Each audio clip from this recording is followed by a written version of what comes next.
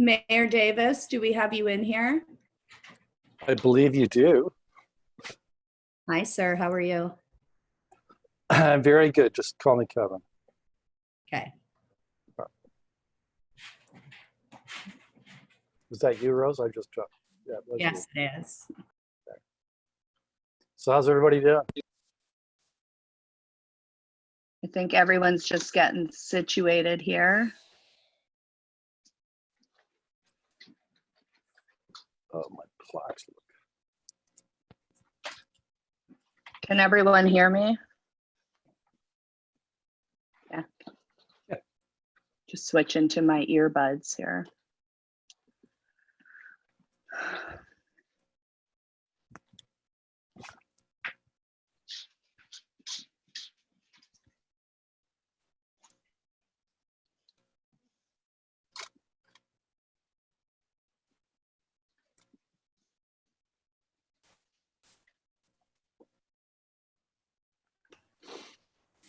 Hey, Brian.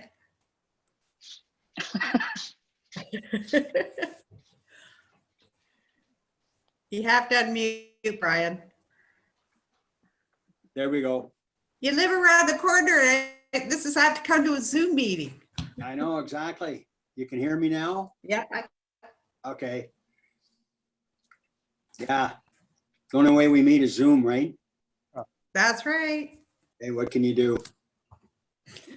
Social distancing, we're still social distancing. So Yes.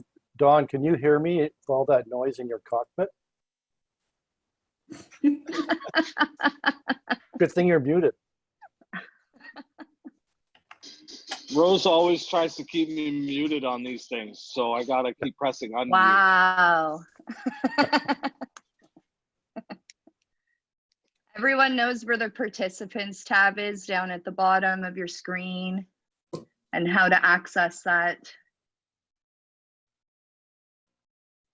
We'll be using the participants tab to communicate today. So if you do have any questions, make sure you click on participants, and then you should see an opportunity to raise your hand.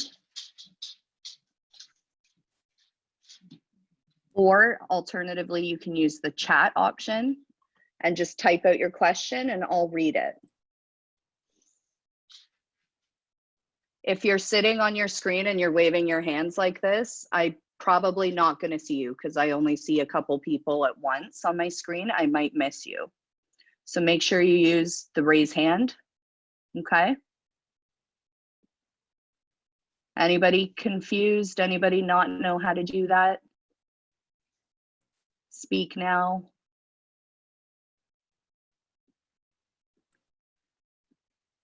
People are still piling in here. I'm going to admit some more.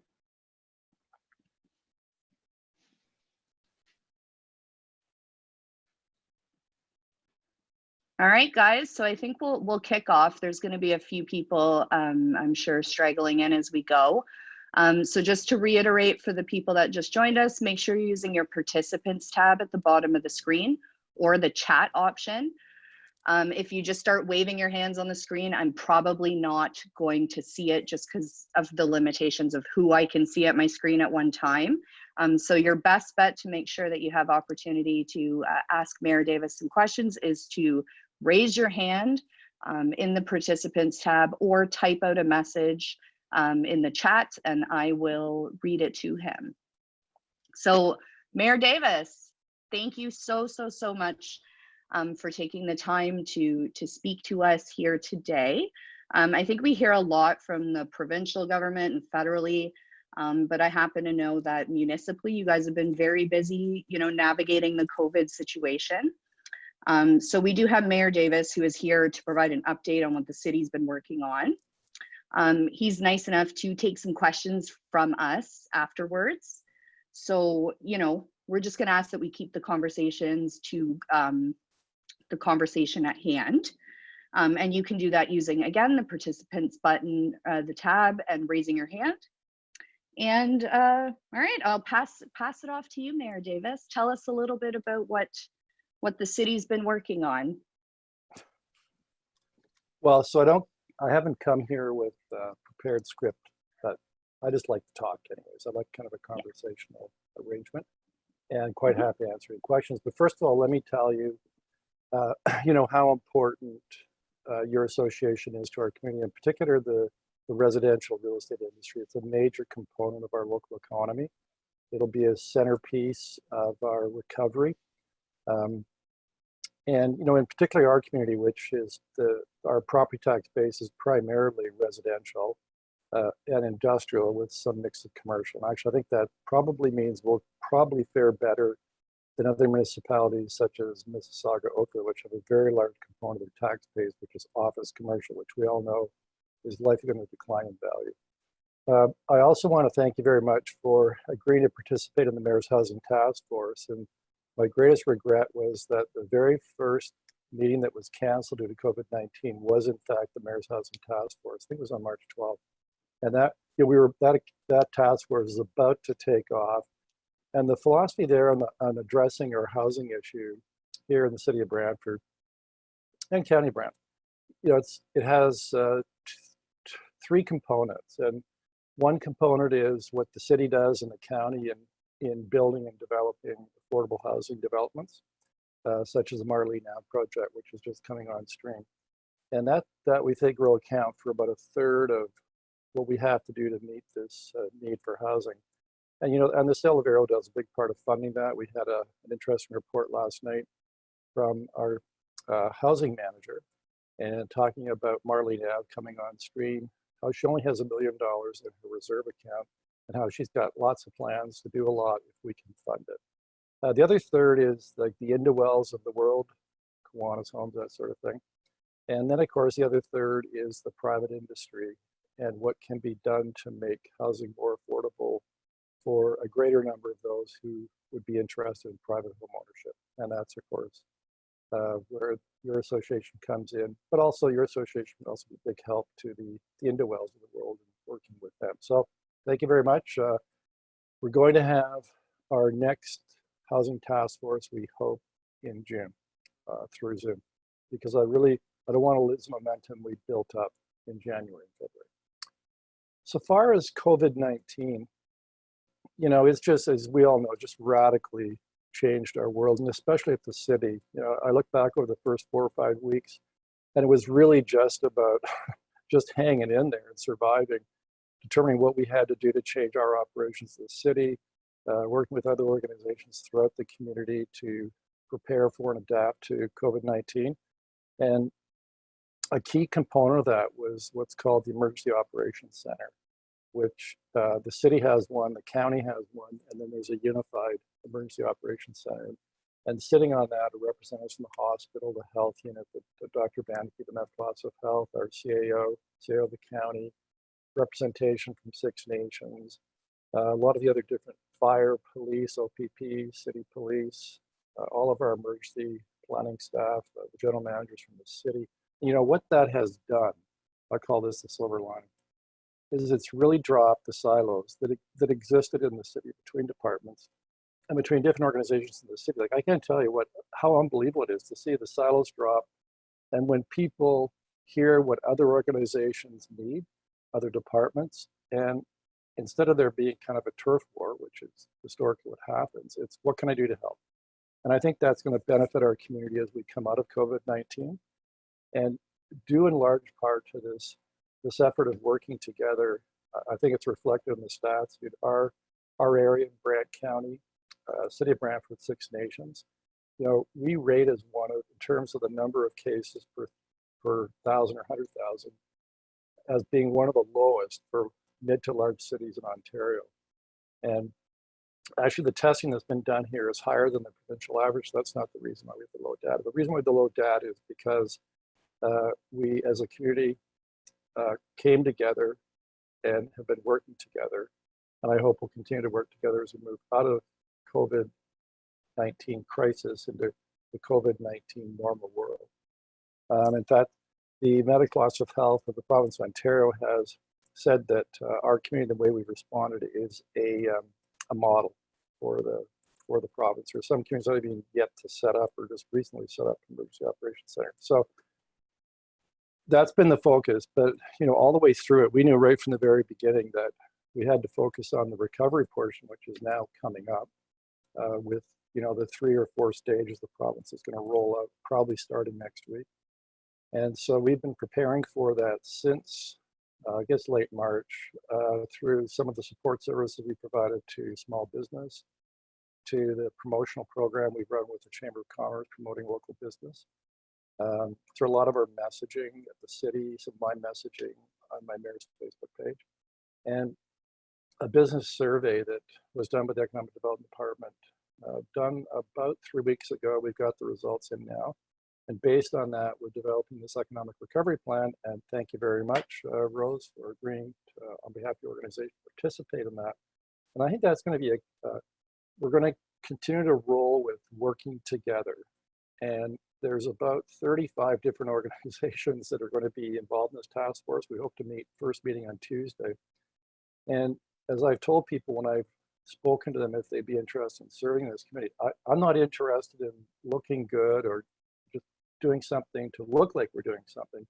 I want this task force to develop a really workable plan, Brantford specific, and to have that in place, if possible, before stage 2. I think stage 2 is when you're going to see a really wide opening of businesses. Stage 1 is, I think, going to be very, very measured. Kind of almost like experimental. Let's open up some businesses that can easily meet the public health restrictions, see if there's a spike in COVID-19. If there isn't, then let's go to a much wider opening, which will be stage 2. And so we need to have a recovery plan in place before then. So we're seeking lots of ideas and suggestions. We're already pouring in. Probably the biggest task for this big group is how do we work together as a big group? And I'm meeting tomorrow with staff to work out with some ideas that we'll present to the big working group on Tuesday. Hopefully we meet on Tuesday. So I think that is, for us as a community, I really believe that we're going to be well positioned, comparatively speaking, to like the GTA. We've got a lower, like the lower case rate. We have an industrial base here that I think is going to position us well for the changes in the economy that are coming, which is less offshore, more onshore. So for those communities that do have an industrial base, and we still do, I think that harbors well for us. And I think you're going to see coming into the GTA a desire to live in a community that's less dense, that is safer, and maybe even some businesses. And I'm really pushing economic development that for our marketing outside of the city, that we tastefully do that. We don't want to directly compare ourselves to Mississauga and Oakville, but we now have, I think, comparative advantages for our area in terms of business and people wanting to locate here that we didn't really have over the last 2 to 3 decades. So I'm reasonably optimistic. I'm an optimist by nature. We certainly have a very serious problem before us, but I'm really proud of how everyone in the community is adapting and looking at what it is that's positive about our community that we can offer to increase and grow our local economy. Yeah, I really think the next decade is Brantford's decade. We got all that infrastructure that we're pushing forward with to serve, bringing the boundary lands on stream.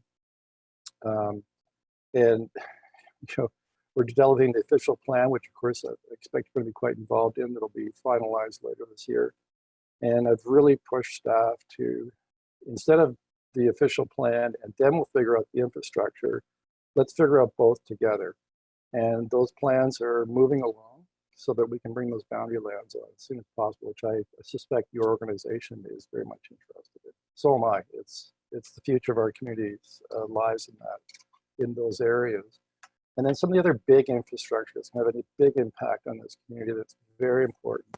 The Oak Park Road extension, Wayne Gretzky Parkway, a widening of that to accommodate increased commercial activity on that corridor. That'll be the gateway to the boundary lands.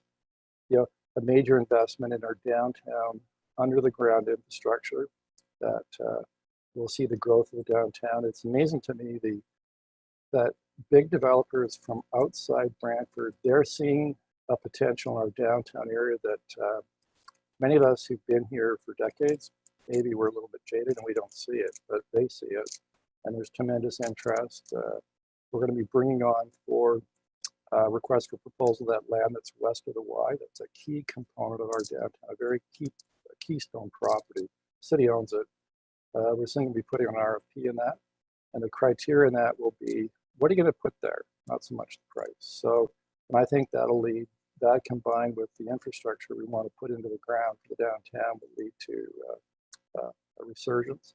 Even I'm seeing developer interest in Market Street North between, City Hall and the railway station.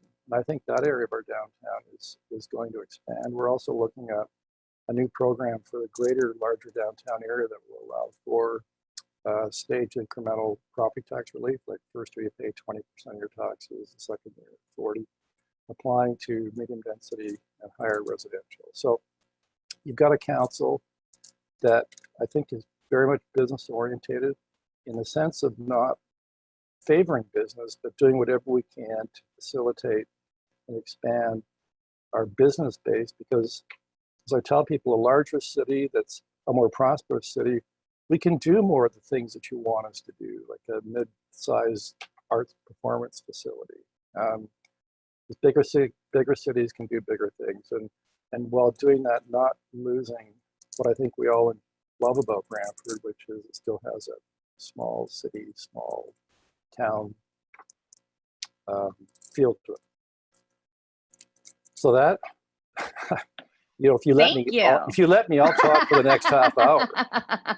I know you will. I've had the privilege of sitting down with you, and I love it. And I thank you for the very thorough update on what's going on and where your mindset is with the counselors moving forward. So as I understand it, you have a couple minutes to take questions. Sure, Should there happy be to take any? questions. Okay. So reminder to everybody that we're keeping questions to the conversation at hand, which is really how Brantford's, being resilient through this COVID situation and what our recovery plan looks like. So we'll ask that any questions keep to the conversation at hand. Use your participants tab down at the bottom to raise your hand to signal to me that you do have a question. If you're waving your hands on the screen, I probably won't see it because I only see a couple people at a time on my screen. If you are a little shy, feel free to just put your question in the chat and I will read it out for you. So I'll get us kicked off because I read an interesting article in the Expositor recently, and Mr. Donley, who's here somewhere, I don't see him on the screen, pointed this out to me. The county of Brant was projecting a deficit of just over 1 million due to COVID, but they felt that they had enough funds in reserves to, weather the storm. So Mayor Davis, has the city looked into the projected financial, repercussions because of COVID? And if so, what does it look like? How do you think we're going to fare in the storm? Yeah, we have, and there was an article in the Expositor, I guess 2-3 weeks ago. So yeah, staff have given us a projection, but it's only to the end of June based on what we've seen so far. And that's projecting a net deficit of 2.2 million, a big part of that being transit, because the transit's been free, not because we wanted to give free transit, but to protect the drivers. And the only way you can do that is have people come in through the back door, and you can't collect fares and come in the back door. But as I've said many times, this is just the beginning. That analysis of $2.2 million deficit did not go out into try and project into July and August. There's more financial hits for the city to come through July and August, and continuing, I suspect, into the fall. Like if we have another second surge, and so that is going to be updated once a month for council. And staff are working on their next report about the deficit will be May 26th. And it'll probably project it out to the end of the summer.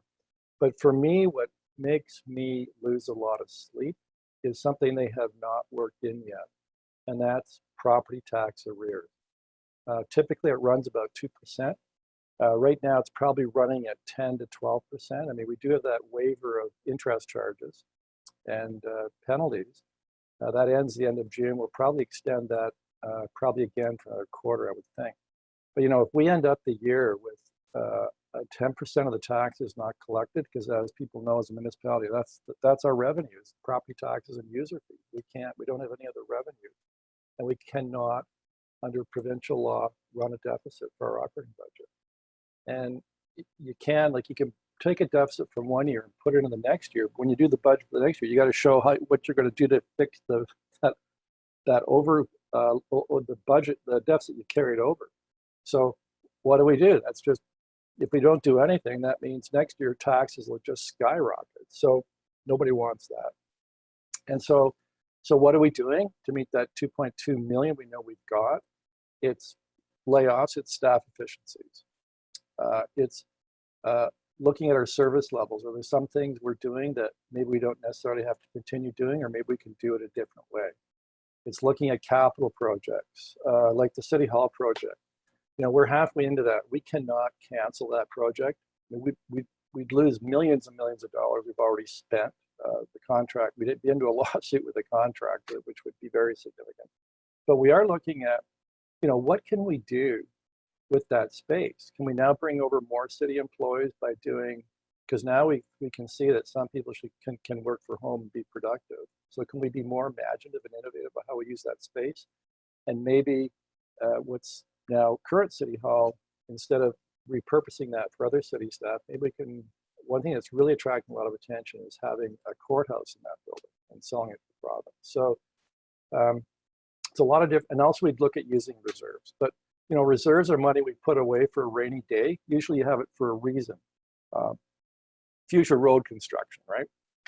And yeah, we could take that money and pull it out of the reserve, our bank accounts, and plop it into the operating budget. But that just comes back to haunt you in the future, because then when you need to do that road project 2 or 3 years from now, that reserve was set up for, the money's gone. And we do know as well, the federal government's likely to flow some money to us for the transit deficit. So it's a number that we know is going to be large. So far, it's a number we think we can handle without saddling residents with a huge property tax increase. But no question, it does mean some pretty hard decisions. All right, we have a question. Lance Kalbeck, we'll unmute your mic. Thank you. Hi, Kevin. Hi, Lance, how you doing? Good. How are you? Good. So nobody wants to raise taxes, but it seems like that may be inevitable. What do you say to the commercial tax base? This city has a lot of small plazas, mom and pop shops, and correct me if I'm wrong, but I think their rates have gone up 15% over the last 2 years. So, you know, they're struggling to get back after things return to somewhat normal. And then is an increase gonna further put them behind where they already are? They're struggling now. They're gonna struggle to come back. And if taxes go up again, what are they gonna do? Yeah, well, as you know, we can't adjust the property tax rate for any specific group. It's kind of fixed by the province. I think part of the relief will come to them through reassessment. Unfortunately, I suspect those properties are going to be worth a bit less, right? Because of changes in the marketplace. That in and of itself will create relief over the next reassessment. But I think it's like anyone else in any other property tax class. It's because it's all about collecting the big number that the city needs to run the business. And so if that number is contained, I can't promise you I'm going to reduce it, but I don't want to put us into a situation where we've got to increase taxes across the board of 5 or 10%. Is it possible to shift the burden between the different tax groups? Yeah, you can do that. It does require, the province does require when you do that there's a study done, and it's not something you can just decide like on a snap on the go. But you know, I think that'll be one of the things we do have to look at. Do we try and change the limited power we have to change the ratios between the different types of tax classes? If we see one sector in particular getting really slammed through the impact of COVID-19. Right now, my focus is on making sure that in terms of the expenses and what we're asking to collect through property tax in total is restrained. Okay, thanks. Thank you. I don't see any other questions coming through. Oh, come on, there's got to be other questions. I know, I'm shocked. I am shocked. Tell Right. me a little bit about BGH and Well, that's how they're interesting. holding up and how you guys are supporting them and Well, they do continue. Okay, so the whole healthcare industry, because I sit on the board of the John Noble Home as well. And the untold story there is how diligent they've been to control COVID-19 from coming into their facilities. It usually comes through staff, right? Staff get it somewhere else and they bring it in. And for example, when you go into the hospital now or the John Noble Home, you have to run through that big list of questions. So if you have like a runny nose and a headache, they don't let you in the door, and you have to be tested before they let you return to work. So they're doing a really good job of that, and that's why, in our hospital, we've only had one outbreak. It didn't go viral. The long-term facilities, long-term healthcare facilities, they've been able to control it. But the one thing that's really been alarming is their PPE supply. They were down at one point to having like an hour's worth of supplies. Now that was weeks ago. That's been corrected to a large degree. Like, they're not coming to us begging us to send Kevin Finney, our Economic Development Director, out to beg for PPE, which we were doing the first 2 weeks, and he did actually a pretty good job. But at the meeting this morning, EOC, they did say, look, PPE is under control. We're about to start opening for elective surgeries, but we have to show we've got a 30-day supply of PPE, which I think they're pretty close to having. But they said they're really worried about stage 1 and 2, that businesses will need PPE to operate their business. And that may then create another PPE shortage for the hospital. They also this is interesting, this morning I heard this. It's also impacted the supply PPE. Like a surgical gown would normally cost 60 cents. Now it's $15. So $15, when I heard that, I almost fell off my seat. Like, you're kidding. I said, no. So the supply is there, but it's costing an arm and a leg to get it. And that may get worse. But generally speaking, like for example, I've got an ultrasound at the hospital. It's a follow-up to my kidney surgery. And I just assumed to be canceled. And they said, no, you come in. I got to go in the D wing Friday morning, and they'll give me a mask as I walk in. And they said, no, for certain types of procedures that are still important, because I came out of cancer surgery, right? No, that continues. The truly elective stuff, no. But as Dr. McNeil told me, and he's a wonderful administrator, I really like him. He said, you're safer in the hospital for sure. They only have 6 cases in there right now, COVID-19. They're all in those negative pressure rooms to contain the virus. And so I think they've done a pretty good job from, what the first couple of weeks we were thinking this is going to be a disaster. Our hospital will be overwhelmed, but nope. good news. And right now, like for example, there's nobody in the hallways. If you go to the merge, so you're actually getting better care in the hospital right now if you have a heart attack or stroke. I had to go into the Willett for blood work and it was like abandoned in there. It was like, Yeah. oh, nobody's in here and everyone's got it. Premier Ford's been quite vocal with saying that, there's plenty of PPE, and if any hospitals need it, just to, ring up Mr. Ford and they could supply that. Do you know if BGH has taken advantage of that at all? Or is it as easy as he's making it sound? Just out of curiosity. No. Like our hospital is part of what's called a Southwestern purchasing group of hospitals in the Southwest. And so they had to make commitments to be part of that group to get volume buying, discount buying. And so it really depends on their buying group that they're part of. And on the question of swabs for tests, that's the province. But they dole it out proportional based on your population. Like don't kid yourself. You can't call them up and say, hey, ship them down. Send me some masks, Mr. Ford. Yeah. All right. Well, last call for questions, guys. I mean, I'm sure it's been fun listening to me and Mayor Davis blab on, but there's got to be something else. Lance, thank you, buddy. You're up.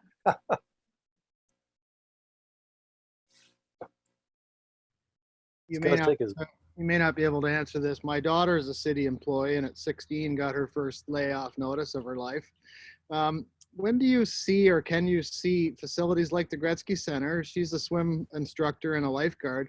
How can she possibly expect to go back to work and sort of you can't get people in a pool safely. Like that just seems like it's a year away or something from ever being a reality. Yeah, I think you're right, Lance. Because there's that whole issue of public gatherings, and large gatherings we know from history are the best virus spreader. If you want to spread a virus, have a large public gathering, right? And I agree with you. When you look at much of what happens at the Gretzky Center, how are you going to maintain, like hockey, the physical distancing? Like, are you going to have a rule that you can't come within 6 feet of one another? So there's a lot of what happens at the Gretzky Center that you'd almost, if you're being realistic with yourself, saying it's not going to happen until there's really effective treatment or a vaccine. And that I don't think is this year. Are there some activities that can take place there? Yes. I mean, for example, exercise classes, they may get to the point where they can maintain the physical separation.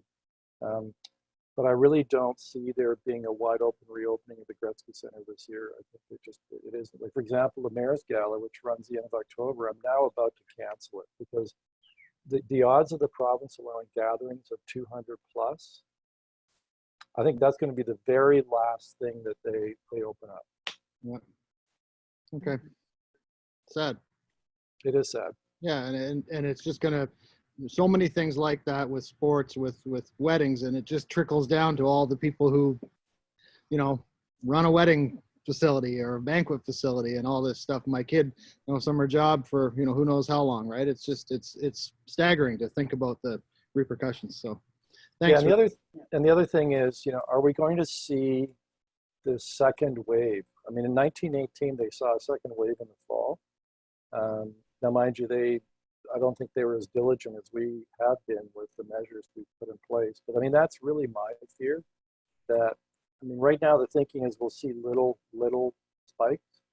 But if we run into a big spike, having to go through this lockdown all over again, I'm really worried what that would do to us, both mentally, our community, our economy. I'm really hoping that doesn't happen. That's why we're preaching to people, even though we're coming out of it, still please maintain the 6 foot, don't wash your hands, all that stuff, which probably we should be doing for the rest of our lives in some ways, because we'll get fewer colds and flus and be healthier. So, but I don't think I'll ever be shaking anybody's hand again during my term as mayor, which is, but that's just, we're going to have to change.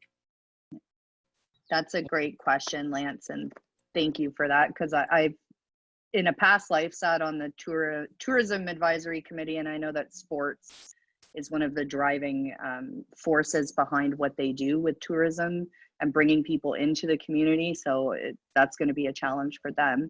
I do have a question typed out here in the chat from Deb, and then I have Ray Petro waiting in the line here. So Deb's question to you, Mayor Davis, are there any tests available yet for those who have had the virus to test for antibodies? That's a good question. I've been asking that question for the last 2 weeks, and I got an answer this morning.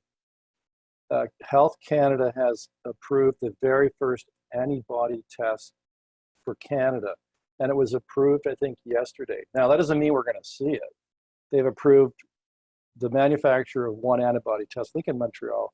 And so now the question is, well, how many test kits are available and who's going to buy them? So at least we know there is a test that can be done in Canada. And I think we're going to probably hear a lot more in the coming weeks about that.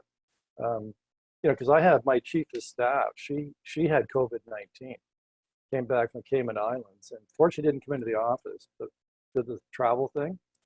And she had it, and she's 39, and she described it at its worst as, I felt like I was drowning. She had a oxygen content at 84, blood pressure 190/130.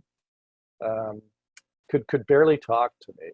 Now, she's better now. She's had no symptoms for the last 4 weeks. She's coming back to work next week.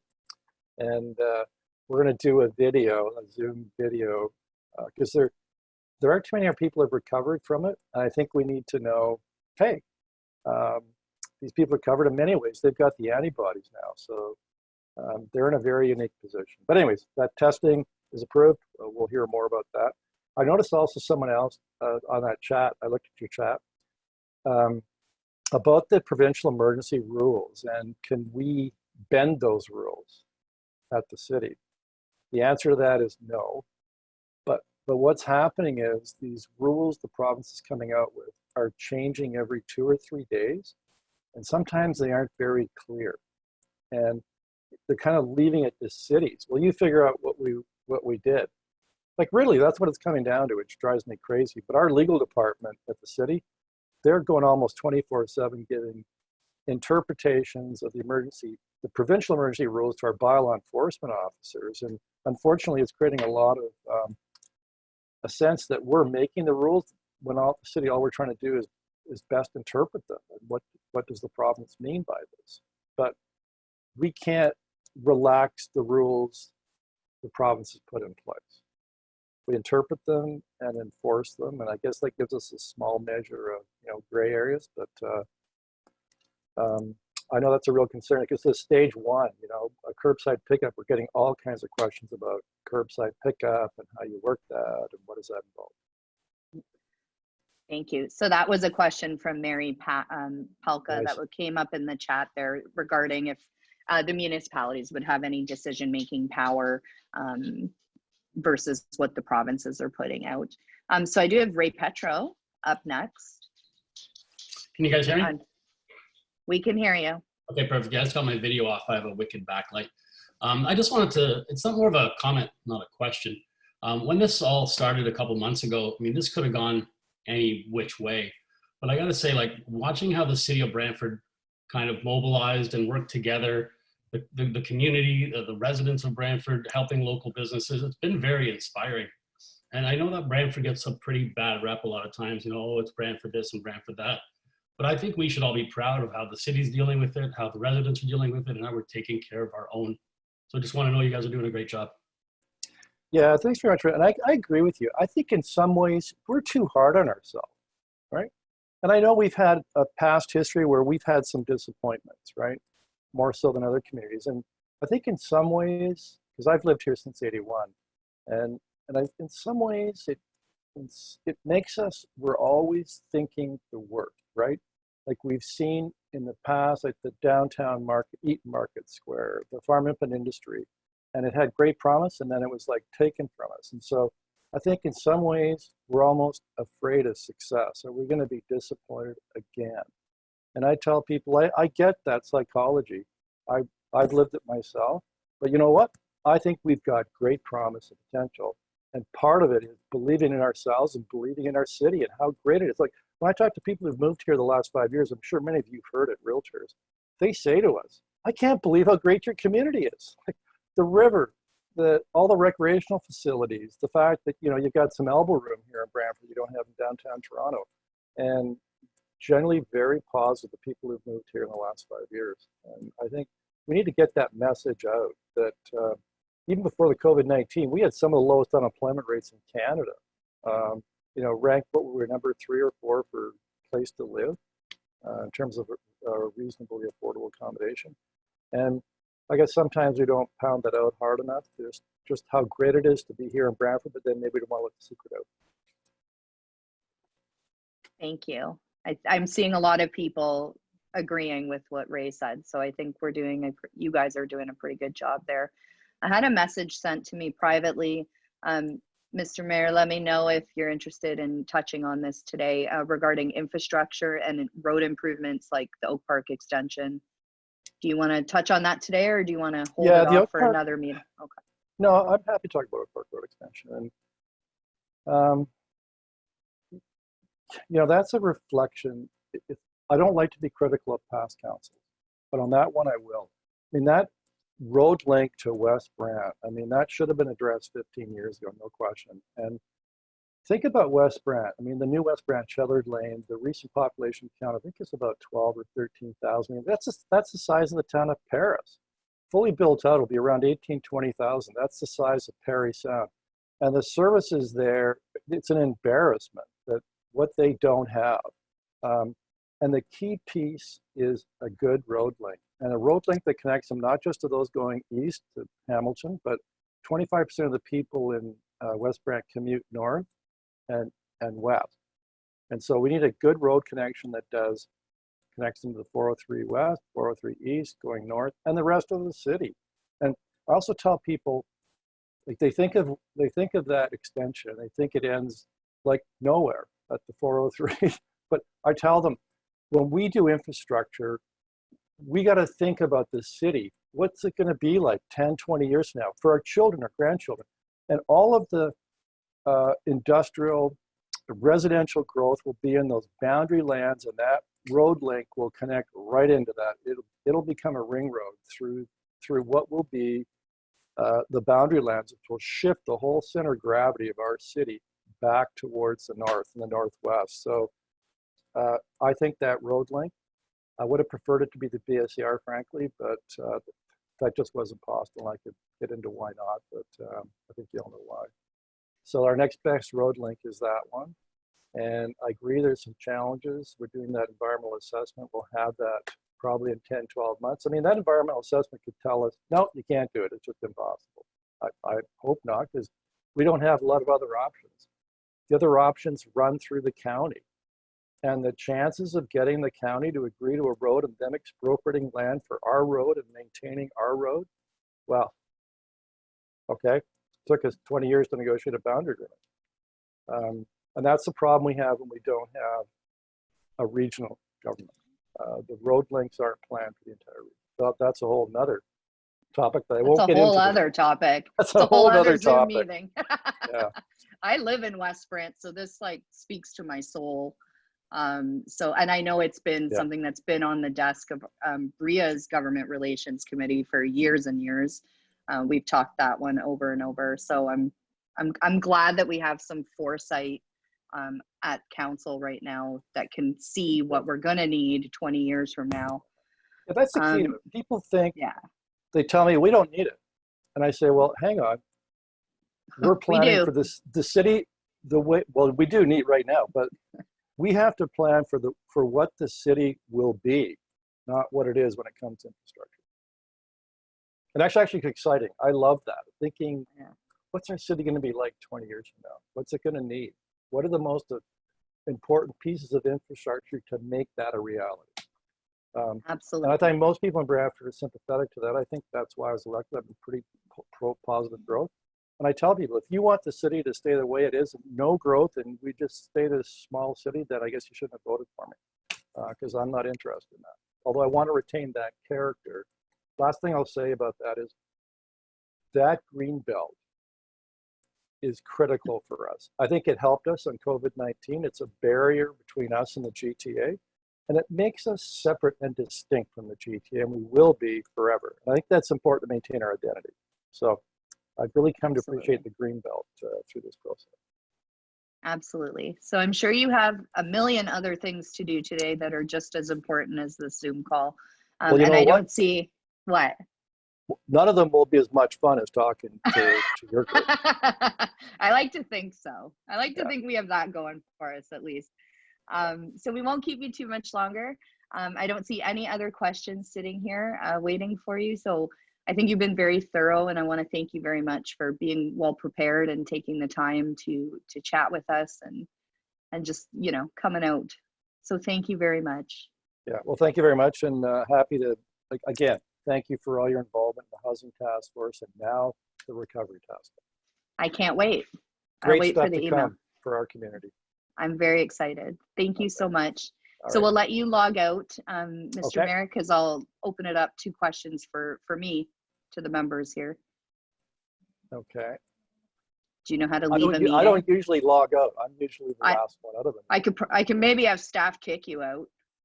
There we go. All right, guys. So thank you so much for tuning in. I love Mayor Davis. He's very thorough. Are there any questions for the board at this time from anybody before we end the meeting? All right. Seeing none, thank you so much for coming out, and we'll catch you next week. Thanks, Rose. Thank you. Bye.